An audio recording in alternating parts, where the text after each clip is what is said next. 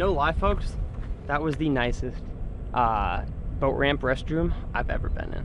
Well, how's it going, folks? I am Tyler Anderson. You guys are Team TRF, and I'm so glad that you guys have chosen to click on today's video. It's gonna be a fun one. We're gonna catch some fish. We're going to, as I probably somewhere have in the title, description, thumbnail, whatever, we are fishing a lake that I fished back in high school quite a lot. This is called Lake Bastrop here in Bastrop, Texas, right in the heart of Central Texas. And it's definitely a lake that I had a ton of fun on back in high school. And then I came out here, I think maybe one time freshman year in college, 4 years ago, and the lake was horrible. The fish were all skinny, and I heard the lake was on the decline. But it has been 4 years. I've heard the lake is back to being good again. I heard there's grass everywhere. I heard the fish are actually eating well. So that is gonna be the goal today, is to catch some dang fish, to teach you guys a few things. Oh, I gotta put the dang electronics on. Because I don't live at home, I don't live with my parents, and I don't have a nice house, I have to keep my nice Skeeter in a outside storage place. Of course, it's covered and everything, so it keeps the boat perfectly fine. But just because of all the crooked crooks out there, I can't keep my electronics on the boat. I have to keep everything locked up, so every time I get to the boat ramp, I have to put all my stuff on. So, you know what? I'm gonna skip all this stuff. We'll see you guys on the water.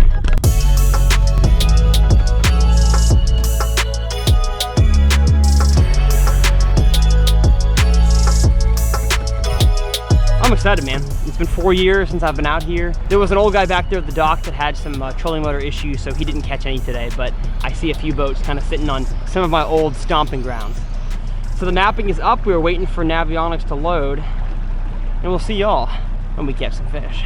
So like I mentioned, it's been a few years since I was last out here, which means I need to get myself a few rods and reels out that I think would work for this lake. Now, some of you guys have been around the channel a long time, so you may remember a video with Richie, an awesome chatterbait video we had. It was about 3.5 minutes long, had this cool song to it that's definitely copyrighted by this point. But we had an awesome killer day of chatterbait fishing out here. So if you guys wanna see that video, it was like one of my first videos. I think like maybe first 5, at least first 10 videos. So click up here in this corner. You guys can check that out. Being a few cold fronts into fall, I really feel like it could be buzzbait time. Bless me, thank you. Let's go cover us some water.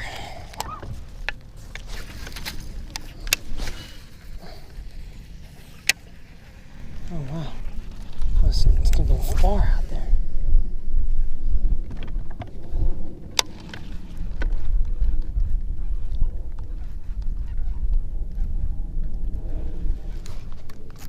There he is.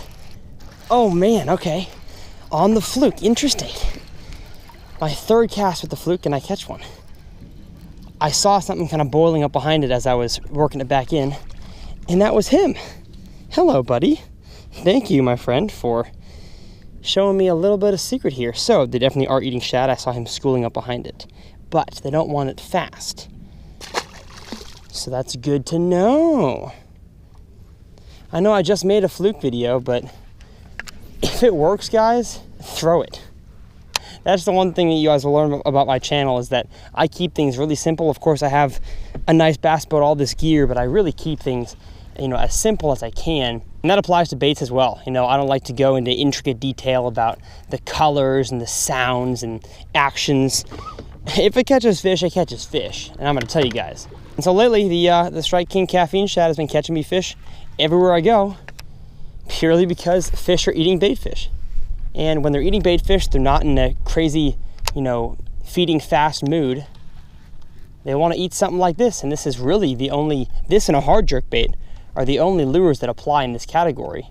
And around grass like this, a hard jerk bait is not ideal. There he is. Ah, as soon as I got back up to the shallows, he ate.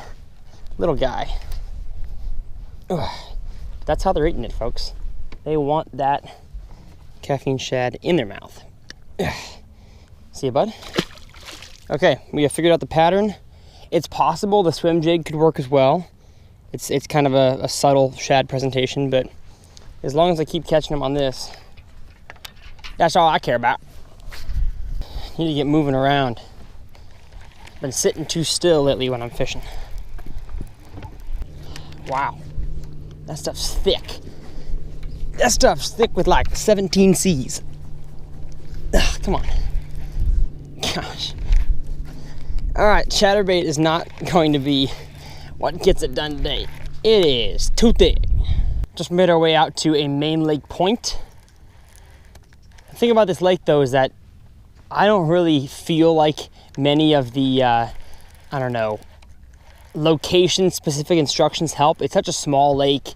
I feel like the fish really could live anywhere at any time of the year. Now, you know, wintertime they'll slide off and get a little deeper, but I really feel like, you know, this time of the year they should be on main lake and secondary points, moving back into the pockets, but there's not really much pockets to speak of. There's like one good pocket back there, but we're gonna give it all a try. I could be completely wrong about that. That's just my thought there. I'm gonna need to get into the wind. Too calm over here. Oh, I was wrong. It's not too calm. There's a fish here. He's a little tiny squirt though. I'm gonna water ski him in. Boom. Oh, that hook got him right in the top of the mouth though. Right where you want it.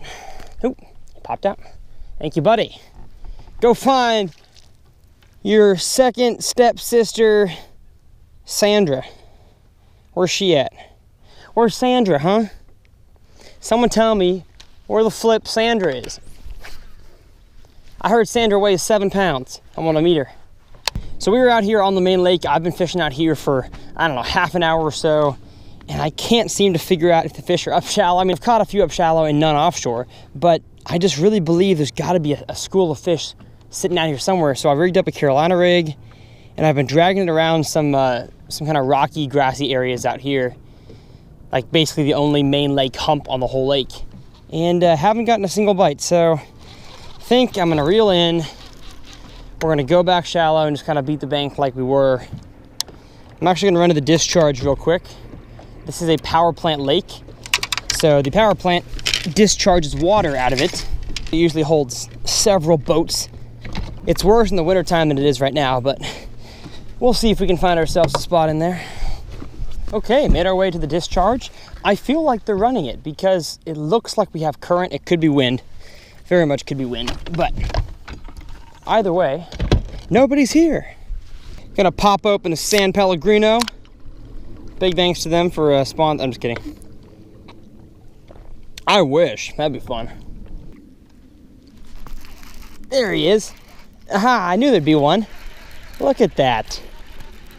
Let the fluke sink down there. And it is a squirt. Ah, gosh, dang it. Poked me. Well, I'm trying to find bigger size for you guys, but this lake here is not known for giants. It's known for a good, you know, quantity of fish, not quality. But I have had some, you know, 17, 18 pound days out here with some 3s and 4s and 5s. So we'll find them. We will find these fish, I swear to you. Oh, I unpressed spot lock. Dang it. Oh, no, I did forget to mention the sponsor of today's video. It is Amphibia sunglasses. These are the sunglasses that I've worn for about 2 years now on the channel. Finally got partnered up with them. And the cool thing is, if you were to be fishing with your buddy and he grabs your pair of Costas and he goes, yeet, those Costas are gone. You know what's cool about these? Is that they float. All right, there we go. Got them back. See, with other brands, you wouldn't be getting your sunglasses back if your buddy threw them in the water.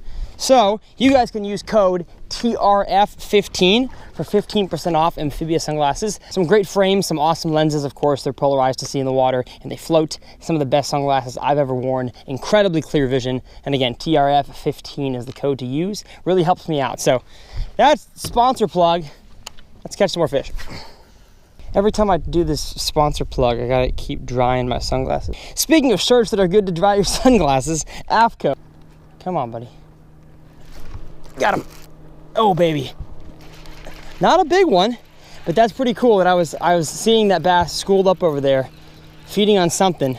I made the exact cast in his area and was able to pull him out. He looked a lot bigger than that when he was jumping around. Little squirts, man. I gotta find some lakes in the fall that have big ones. I think I'm gonna head to some lakes next week up near East Texas and Dallas that have bigger ones. Because right now it's all these tiny dinks. And I don't want those. I don't want them no more. This is dumb. Donde está the big ones? I guess it would be donde están if it's first person plural. Ah.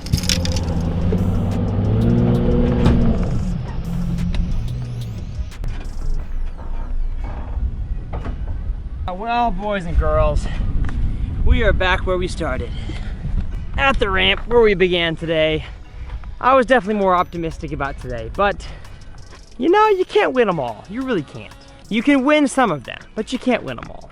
So in conclusion, I don't know if I just stink in the fall or if these lakes just aren't any good. It could definitely be number one, but I'm thinking more number two because I can catch fish. I'm confident in my abilities to do that, but I just struggle in the fall for some reason, and I think it's because of the lakes that I fish. So I'm gonna do some exploring.